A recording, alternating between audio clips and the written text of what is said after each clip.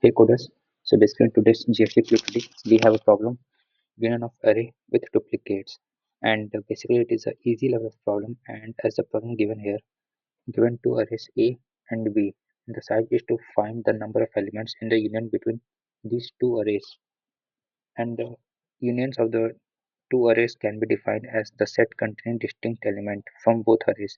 If they are repetition, then only one element occurrence should be there in the union.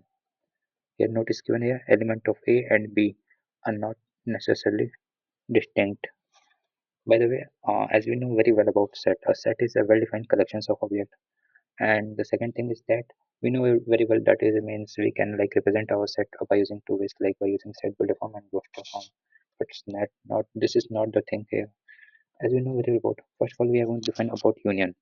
Union means that means the elements which are present in A or either in present B. Okay, that means we have to get that type of actually sets which contains all the elements which are present in either union set A or B. Okay, that means okay. So here, like if you're talking about example one here, like if we can say that if my array is containing 1, 2, 3, 4, 5, and array B is also like containing 1, 2, 3. So if we take the union all those things, then we're actually getting 1, 2, 3, 4, 5 again. Okay, and as we know very well inside the union, all the sets, that means repetition is not allowed. So we don't have to take any repetition. That means one is like coming two times, two is like coming two times, three is coming like two times. So it's not the main thing. We have to take only distinct element. Okay, repetition is not allowed in the set. So this question is basically asked in Jovo and Rockstand.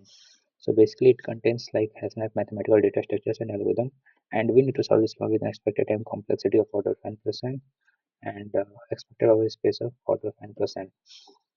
So before solving this question, first I would like to like I'd like to say that as I've already like created one video which is like based on sets, and that is like at that time we have to find the union of two sorted arrays. Right here we have to like return the count. Okay, that means how many elements are actually there after performing union operations. Okay, so first of all we have to simply perform union operations. Okay, so for that what I'm doing here, as in the study problem, we have to find the intersections of two arrays. Right there, the approach is different.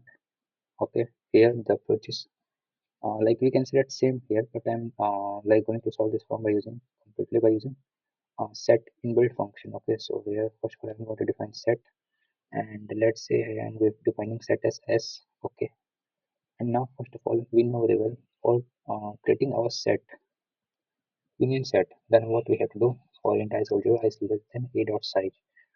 First of all I'm traversing inside the set a, then I plus plus, and what I'm doing here simply whatever the elements of a I have to like insert into set. Okay, so as dot insert, then what I have to do here, I have to simply store all of the element of my array first into the set. Okay, similarly for the second element also I have to insert all those elements. Int I is equal to 0, I is less than b dot size, and then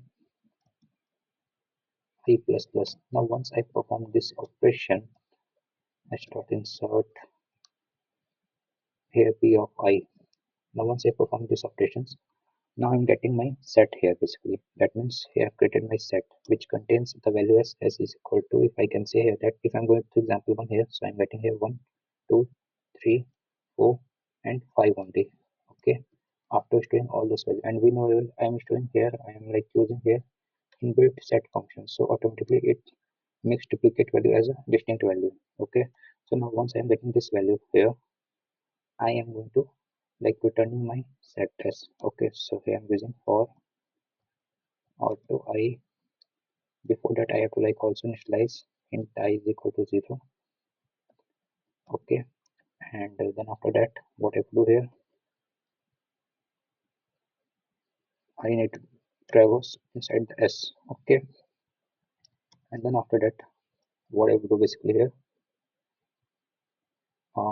here we have to simply do count plus plus. Okay, that means as I've already created my set, now I have to like simply count plus plus, but before that here I have to also create a variable, let's say count count as 0.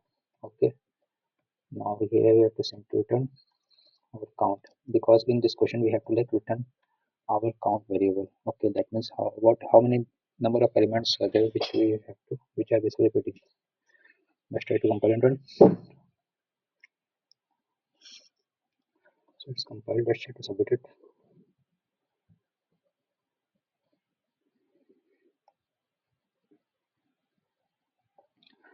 So it's submitted. So that's all for today. Thanks for watching.